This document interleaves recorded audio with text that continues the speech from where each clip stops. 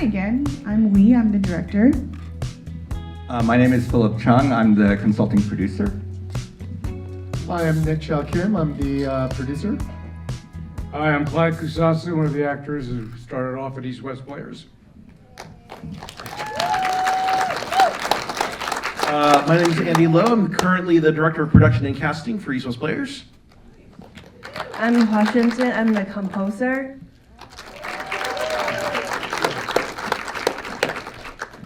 Great. So I guess we'll start off with a pretty simple question. What does East West Players mean to you? Oh, do you want everybody to answer? Sure. Let's start there, and then we'll have individual questions after that. We should start with Clyde. Well, East West Players was my home. East West Players is where, see, I grew up in Hawaii in the 50s and 60s, and I had that dream I wanted to be an actor, and everybody thought I was crazy. And then I wound up being accepted at Northwestern University, and in the theater, as a theater major, I was basically the only person of color there before there was any such thing as diversity. And I played, the only roles I played were character roles, but never played an Asian or an Oriental part. So when I came to Hollywood, all of a sudden I was locked in and said, oh, you're an Oriental. And it's why? But the thing was, I met Mako, and I found a home and a new educational process, and learned to become Asian again. This time with embracing of the culture and learning more about who I was. And that's why I call it home. And then I did meet my wife at East West Players, a former Gail Shuffler, who was the secretary to the administrator. And then at a certain time, like I say in the piece, it came time to step out and plow your own path. So to me, East West was a home. Literally, because he did actually live in the back house beyond the theater. So yes. BME. Yes, building maintenance engineer. Oh, yeah, so when I came to LA after college, like I wanted to be in entertainment. I didn't know anyone, I didn't know what to do. I signed up for a class at East West Players, writing class. And through that, I met Chung Takei, who ended up being a mentor, one of the founders. June K. Liu, who you also saw. She was over at the Mark Taper Forum Center Theater Group, and she brought me on there to read scripts for them. Nobu McCarthy, who was the artistic director, she used to take me out to lunch because I couldn't afford food. I met Clyde, John Cho, Daniel Dae Kim. We were all young, starting out together doing plays, and these were the people who kind of mentored us and kind of showed us that a career in the arts was possible. So it was my pleasure to tell Nick that we should do this documentary. And Nick was, of course, enthusiastic about it, didn't get any pushback, and this is where we are. So Nick. Okay, my turn. I also took classes when I first moved to LA. I think I took the David and Henry Wong Writing Institute like 8 times. I really, really wanted to be a playwright. But I gave up on that dream and became a documentary filmmaker and just lived to tell the story about it. So yeah, for me, I guess to answer your question, the East West Players it's like a creative home for sure, absolutely. It's where I made a lot of my really great friends that I'm still best friends with today, and yeah. Then after Clyde moved out of the house, Nick moved in next. Yes. You worked there, I know. Okay. For me, East West Players is legacy, and I'm from San Diego originally. I actually founded the Asian American Repertory Theater here in San Diego back in 1995 in the image of East West Players, and it was the thing of I had grown up, I had friends who had performed at the old Santa Monica stage, and I desperately, having grown up in San Diego at that time, felt we needed something here in San Diego. And I ran my company for about 10 years before it ultimately kind of went folded. But I think I never really thought, all those years ago that I would end up at East West Players and being one of the people carrying the mantle of the institution now. So that's something I always take to heart in terms of what it means to carry the legacy of everyone who came before us and continue with that on into the future. So, yeah. Oh, by the way, Andy worked at the very first San Diego Asian American Film Festival in 2000. So I feel like East West Player is like the culture for me, and I'm from Taiwan and I come to US for like 5 years, and then this like Asian culture is like so cool to me. Like I found like very related. Yeah.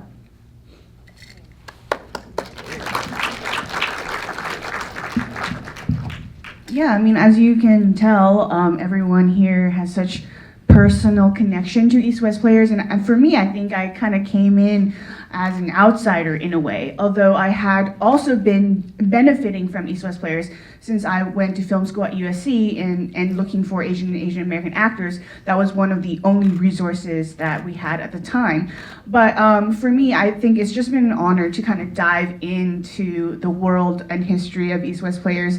And like Andy, I feel like to me, it is about legacy, not just of Asian American theater, but just Asian American culture, Asian American stories, and the people that, you know, through their blood, sweat, and tears, and joy, and anger, and frustration kind of built this space, this home, this creative generator for so many. I think that was really inspiring to me and continues to be inspiring. That's great, thank you.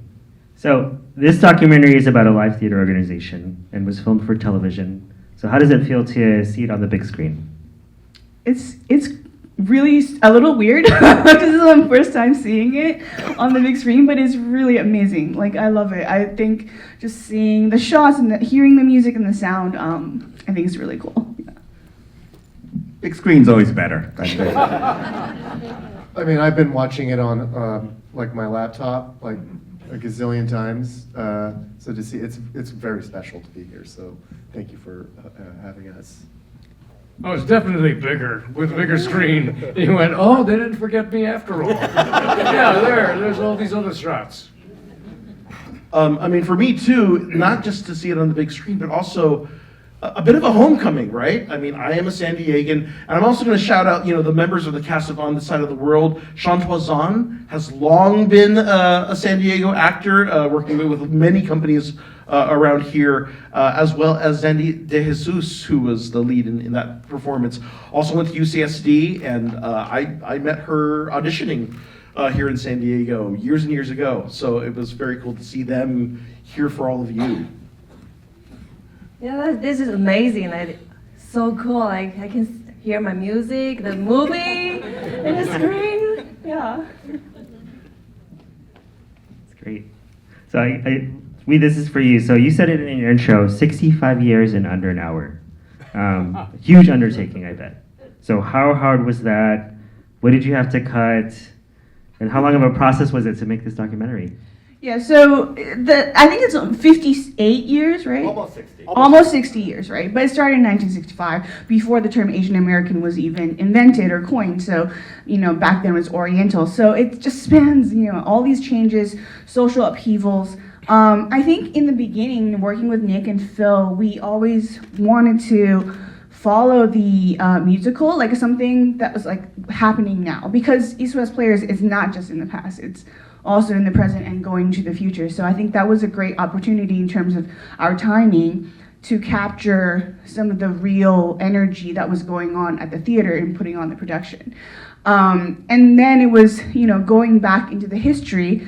I was really interested in getting people together, kind of like what John Cho was talking about in terms of the conversations between generations, because there have been so many generations that have come through the theater. And so I just wanted to know, it was almost like an experiment, like what would happen if everyone came together and just chatted about their experiences, what were their commonalities, what were their differences, and sort of what were the milestones.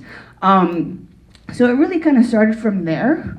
And then I think what I really loved was not just the accomplishments. Obviously they have had so many accomplishments, but just the internal struggles and the difficulties and the eternal question of what is Asian American art? What is Asian American theater? What does that mean? How can we continue to push it forward? And there's no definite answer, It's always just the process, which I thought was great. Anyone else want to speak to that?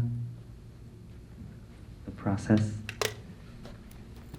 Well, I was telling you that I thought it was great that she was able to pick up two threads, at the social dance and Year of the Dragon as a unifier through the theme of it all. And also to begin with a new musical and end with its opening night.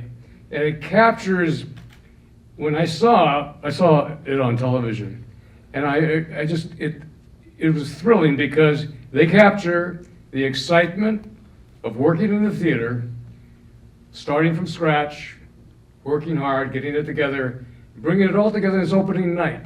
And then at the end, your reward is to hear the audience. They're on their feet. And you get to bask in it. You get to acknowledge it and bow. It's a high that constantly amazes, but it also represents the perpetuation of the whole ideal of East-West Players and why we do it. Clyde, you can keep the mic. I have a question for you specifically. So it was brought up, we are at the San Diego Asian Film Festival, and we're talking about the first Asian production organization. And so, towards the end, they talked about, what, as we become more mainstream, will this become a need? Will this become a space that we want to still support? And so, as someone who has been part of it as the early years of East-West Players, and has seen all the changes and the long list of names that has gone through the organization, where do you think the evolution is headed, and what are you hopeful for? And this is a question for you all, but I wanted to make sure we start with Clyde. Well, you hear people saying, we have to really focus on it, and I find that the new term, AAPI, Asian American Pacific, is a great description, rather than AI, Asian Americans, Oriental Americans of America, everybody was searching for an identifier, and I think AAPI is great. And it's, the need is always there, much more. It's always going to have to express and find your ethnic roots and identity, especially in a multi-assimilated culture like the United States of America. And the world is becoming assimilated, yet we still have to face the same stereotypes, the same attitudes, and the same way. Gosh, you speak English very well. Wow, you sound so American. Wow, where'd you learn to do that? Where are you from, by the way? And you go, Texas, Louisiana. Where are you really from? Honolulu. Oh yeah, well, it figures Honolulu, Hawaii. And but the thing about it is, I was telling somebody, when you see Crazy Rich Asians, right? It's the first time many people were exposed to the fact that there are Asians speaking with Australian accents, Brit accents of the UK, Singaporean, Hong Kong, and American. And it's good because it's the thing, people have to see it constantly. To be reminded that there is a rainbow out there. We're not, the world is not monochromatic. The rainbow is not monochromatic. It is all colors, all cultures. And I myself, I'm still learning about it. My wife is Jewish, so my two kids are Hapa. Hapa is half in Hawaiian, And so they're Jewish too, because they went to Hebrew school and they got bar mitzvah. And people are going, wow, really? Yeah, Landsman, man, it's good. Everything is good. But it is a constant, I won't say struggle anymore. It's a constant duty to speak up. Because for the longest time, when I got to LA in the 70s, the same perpetuation of be polite, don't make noise, don't draw attention to yourselves, because that's shameful. I know in Hawaii, in the Asian culture, hey, don't draw attention because that's shame. I said, why? At the same time, to be a yearning and a desire to become an artist or an actor, you were looked on like you were crazy. Except when they start seeing you on television or film and they're going, wow, I knew he had it. You know, you work, oh God, the kid's talented, isn't he? You know, but it is that reminder that also propels me to keep informed of what the hell's going on. We can't be ignorant of what's going on. And things of the, it's not secular anymore. You know, we're still guided by centuries of prejudice, of discrimination, and being the other. And everybody's the other now. And that's the whole thing. And everybody's freaking out because demographically, this country is going to be more brown than white. And it's really terrifying for a lot of people. But we got to be prepared for that and have to be able to express ourselves and communicate that, you know?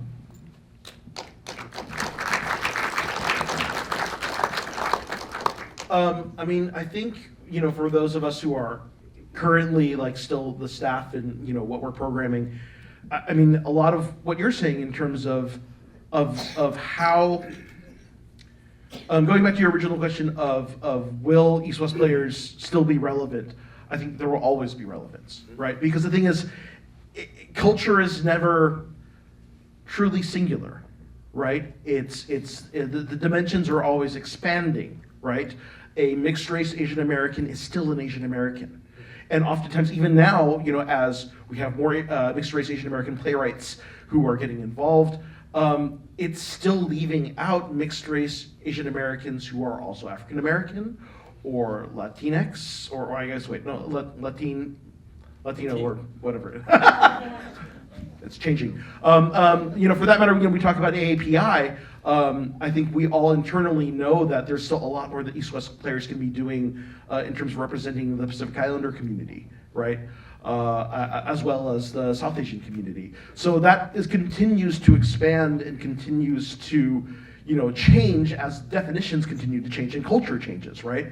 Talking about, you know, diasporas beyond just the United States, right? I mean, through our association with CATA, which is the National Consortium of Asian American Theaters and Artists, we have also been in contact with, you know, Asian diaspora theater artists in the UK, in Australia, in New Zealand.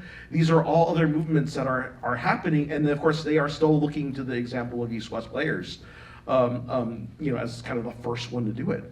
And they're still starting, you know, those dialogues there. So I think it's a question of also, you know, with the internet and more conversations become more global too, right?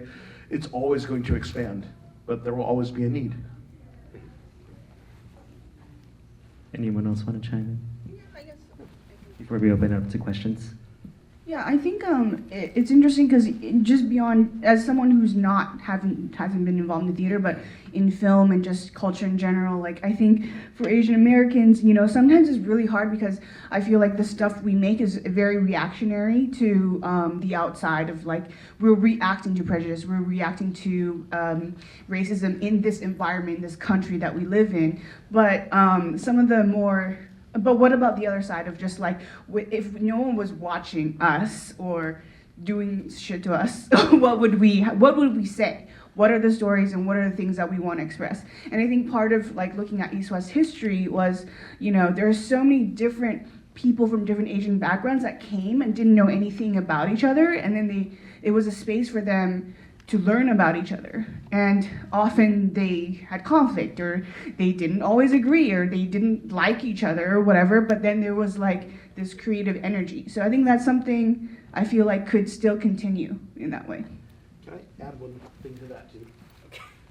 You know, that reminds me of another thing too, right? Is that we are in a position right now where more Asian American work is being funded and commissioned by producers, not just Asian American theater companies, but it's still the thing where when you look at these works that are coming out at predominantly white institutions, there are like these checkboxes that playwrights have to meet a certain requirement, right? They want the refugee story, they want the immigrant story, they want to see the struggle or the intergenerational, you know, whatever, and if it's not that, then it doesn't read as Asian to them. Right? And so that's what gets funded, right? versus stories like, we're talking about, that don't get funded, but get developed here at East West. And then all the predominantly white institutions are catching up and going, oh, that was developed at East West Players. Okay, we'll pick that up then, right? And then they'll get the credit for the premiere, and we won't. But but that is like another thing where we need these incubator spaces. And we're not the only ones. There are some 60-odd Asian American theater companies throughout the United States that are still developing new work and doing great work and giving space to these artists. I love that. I think, with the San Diego Asian Film Festival too, there's just so much film. There's just we're never not going to have film to show. So, great. Questions from the audience? Right there, put your hand up. Yeah. Is there going to be a place where we can watch the film again and perhaps where we can share the film with other people? Thank you for asking.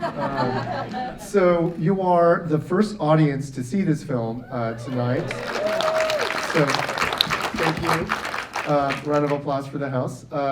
The documentary will air this Wednesday in Los Angeles on KCET. And also on that evening, it'll be available on the PBS app. So if you're a member of PBS, you will have to wait until Wednesday. If you are currently a member of PBS, you can actually watch it now, but for members only. Yes. Oh, me? Yes. To follow up on that, when is it going to air on PBS? So it won't, well, PBS is like, there's a national organization and then cities will have their local PBS affiliates. So if you're in Los Angeles, it will air on KCET on Wednesday, this coming Wednesday, and then it'll air on PBS SoCal next Friday as well. And what about KPBS San Diego? It is not, it won't be available locally on that station, but you can watch it here just using your PBS app. So just download the app, please, and then it'll be available on Wednesday. Or you could just watch it on YouTube. It'll be up after Wednesday. But Please share it. Other questions? Right there, Harlan. So there's been a lot of talk lately about AI systems development and how that works with acting, and with all the strikes and everything, which I'm sure you're all aware of. I'm wondering what your thoughts are about integrating AI into contracts at the theater level, and like what your thoughts are on how that might work in the future. Clyde's too old to answer this question. Andy, do you want to answer it? Yeah, I don't want to talk about AI. It'll be a 2-hour conversation. Go ahead. I don't know. Right? The thing is with theater is that it's always about the live connection with the artists and the audience, right? So, that aspect of it, like you can't really get away with an AI generated performance, right? I think though there are interesting things in terms of how artists and designers are utilizing AI in the design process. Right?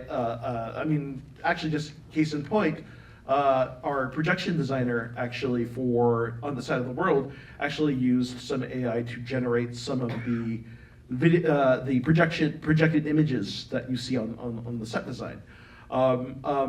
I think as long as it remains a tool and there isn't kind of this heightened expectation that, some people at the executive level and studios-wise, where it's replacing people and jobs and disciplines. I think it has a lot of potential, but it's interesting. There's a lot of we're getting into the weeds with AI. I'll add one thing.